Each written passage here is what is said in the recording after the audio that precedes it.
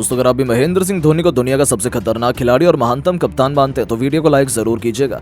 दोस्तों, ऋषभ पंत और धोनी के बीच हुई जंग में हुआ कुछ ऐसा देख दांतों तले उंगलियां दबाने पर मजबूर हो गया पूरा क्रिकेट जगत।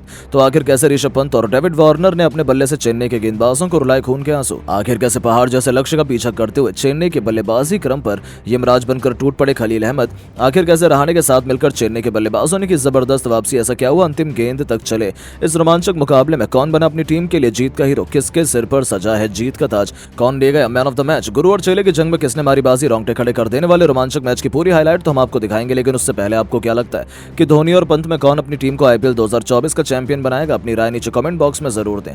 दोस्तों, आईपीएल का सबसे रोमांचक मुकाबला विशाखापट्टनम के मैदान पर खेला गया। इस मुकाबले में चेन्नई सुपर किंग और दिल्ली कैपिटल की टीम आमने सामने थी, यानी यूं कह लीजिए गुरु और शिष्य आमने सामने खड़े थे। इस मैच में दिल्ली कैपिटल ने टॉस जीतकर पहले बल्लेबाजी करने का फैसला लिया और दिल्ली की तरफ से ओपनिंग की शुरुआत करने मैदान पर पृथ्वी शॉ के साथ डेविड वार्नर उतरे। वहीं चेन्नई की तरफ से पहले ओवर लेकर आए दीपक चहर बेहद ही खतरनाक गेंदबाजी का नजारा दिखा रहे थे, लेकिन दिल्ली के बल्लेबाज भी अलग इरादे से मैदान पर उतरे थे। इन दोनों खिलाड़ियों का पालन रोकने का नाम नहीं ले रहा था। एक के बाद एक चेन्नई के हर गेंदबाजों पर टूटकर प्रहार कर रहे थे। ये दोनों बल्लेबाज तूफानी अंदाज में बल्लेबाजी कर रहे थे। वार्नर तो चौके छक्कों की बारिश कर रहे थे। देखते देखते इन दोनों बल्लेबाजों ने अपनी टीम के स्कोर को 50 रनों के पास पहुंचा दिया और अर्धशतकीय साझेदारी पूरी कर ली। इसके बाद भी दोनों खिलाड़ियों का बल्ला रुकने का नाम नहीं लिया। पावर प्ले के 6 ओवर में अपने टीम को 62 रनों तक पहुंचा दिया।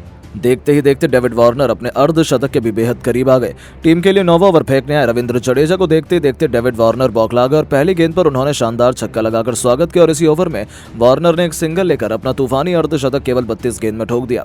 टीम के लिए 10वां ओवर फेंकने आए मुस्तफिजुर रहमान की तीसरी गेंद पर डेविड वार्नर पथिराना को कैच दे बैठे और 52 रन बनाकर पवेलियन दिल्ली कैपिटल्स को 93 के स्कोर पर पहला झटका लग गया। लेकिन पृथ्वी शॉ मैदान पर टिके हुए थे। अब इनका साथ देने के लिए मैदान पर कप्तान ऋषभ पंत आ चुके थे। इन दोनों खिलाड़ियों ने मिलकर टीम के स्कोर को 10 ओवर में 95 रनों तक पहुंचा दिया। वार्नर के जाने के बाद पृथ्वी शॉ अपना अंदाज दिखाना शुरू कर चुके थे। जडेजा की तीसरी गेंद पर उन्होंने शानदार छक्का लगाया, लेकिन जडेजा के आगे पृथ्वी शॉ भी ज्यादा देर तक मैदान पर टिक नहीं सके। अगली गेंद पर उन्होंने महेंद्र सिंह धोनी को कैच दे दिया। दिल्ली कैपिटल्स को 103 रनों के स्कोर पर दूसरा झटका लग गया। पृथ्वी शॉ 43 रन बनाकर 27 गेंद में पवेलियन लौट गए। अब ऋषभ पंत का साथ देने नए बल्लेबाज मिचेल मार्श आ चुके थे, लेकिन टीम के लिए 15वां ओवर फेंकने आए मथीशा पथिराना ने इस ओवर में पूरा खेल पलट कर रख दिया। उन्होंने अपने पहले ओवर की चौथी गेंद पर मिचेल मार्श को क्लीन बोल्ड किया। उसके बाद अंतिम गेंद पर ट्रिस्टन स्टब्स को भी क्लीन बोल्ड कर पवेलियन का रास्ता दिखा दिया। दिल्ली का विकेट 4 विकेट 134 रनों पर गिर गया, लेकिन पंत मैदान पर टिके हुए थे। उसका साथ देने के लिए अक्षर पटेल आ चुके थे। ऋषभ पंत बेहद ही खतरनाक बल्लेबाजी कर रहे थे और देखते ही देखते उन्होंने भी 31 गेंद का सामना करते हुए 3 गगनचुंबी छक्के और 4 चौके की मदद से अर्धशतक ठोक दिया। लेकिन 10 तक अर्धशतक लगाने के बाद मथीशा पथिराना के ऋषभ पंत के शिकार हो गए। अंत में अक्षर पटेल और अभिषेक परेल ने मिलकर अपनी टीम के स्कोर को 20 ओवर में 191 रनों का लक्ष्य चेन्नई के सामने खड़ा कर दिया। इस लक्ष्य का पीछा करने उतरी चेन्नई सुपर किंग की टीम ओपनिंग करने मैदान पर आई। ऋतुराज गायकवाड़ के साथ रचिन रविंद्र दोनों बल्लेबाज बेहद ही आक्रामक अंदाज में नजर आ रहे थे। वहीं दिल्ली की तरफ से पहले ओवर लेकर आए टीम के सबसे खतरनाक गेंदबाज खलील अहमद बेहद खतरनाक गेंदबाजी का नजारा दिखा रहे थे। चेन्नई के बल्लेबाजों को रन बनाना बेहद ही मुश्किल हो रहा था और खलील अहमद इसी ओवर की अंतिम गेंद पर ऋतुराज गायकवाड़ को पवेलियन का रास्ता दिखाकर दिल्ली कैपिटल्स को पहला विकेट दिला दिया और मैच पूरी तरह से हावी हो गई। दिल्ली कैपिटल्स की टीम अब मैदान पर बल्लेबाजी करने आए जिनके रहाणे। वहीं टीम के लिए दूसरा ओवर लेकर आए ईशांत शर्मा, ये भी खतरनाक गेंदबाजी का नजारा दिखा रहे थे। चेन्नई के बल्लेबाजों को रन बनाना बेहद मुश्किल हो रहा था।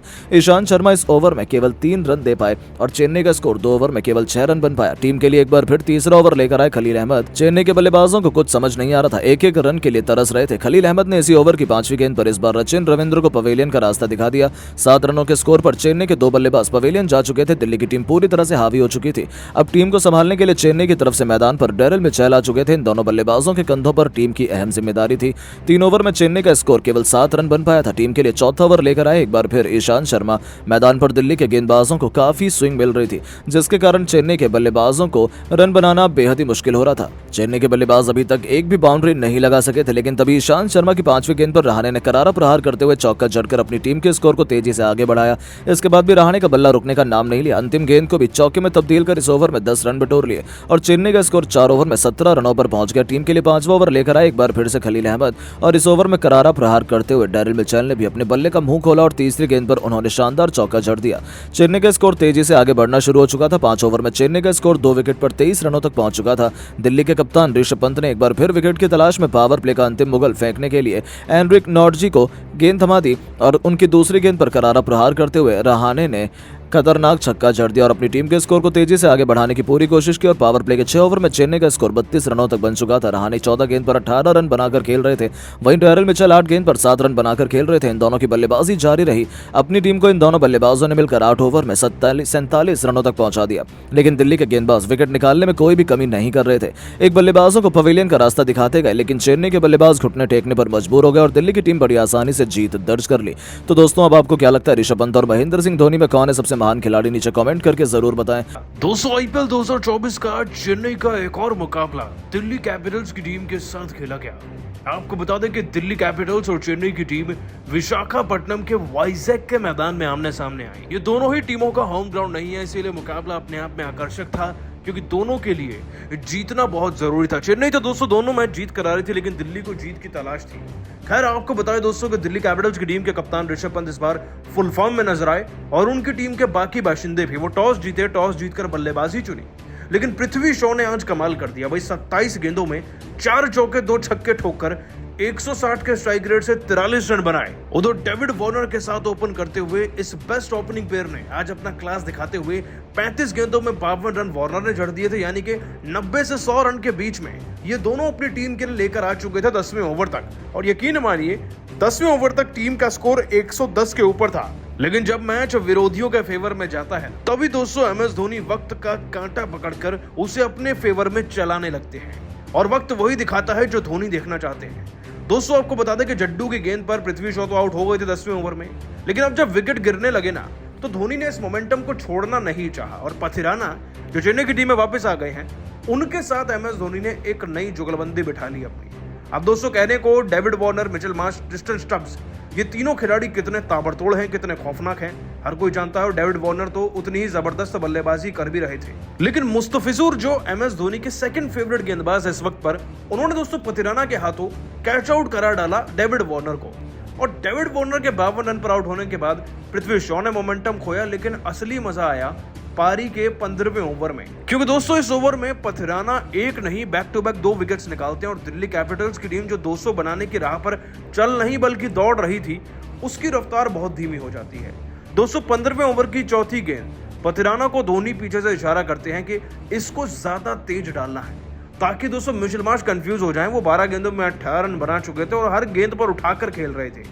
लेकिन दोस्तों MS धोनी पीछे से इशारा करते हैं तेज डालने के लिए, और 150 की रफ्तार से गेंद को क्लॉक करते हुए जब डालते हैं पथिराना, तो गेंद सीधा दोस्तों बल्ले का किनारा लेकर घुस जाती है विकेट्स के भीतर। कहने को यॉर्कर होता है, लेकिन हल्का सा बल्ला टच होता है, जिसके बाद गेंद विकेट्स में घुस गई और ये खिलाड़ी क्लीन बोल्ड हो गया। अब दोस्तों धोनी जानते थे कि नए खिलाड़ी को आउट करना आसान होता है, और वो चाहते हैं कि पहले दूसरी गेंद पर ही बाउंड्री लगा दें।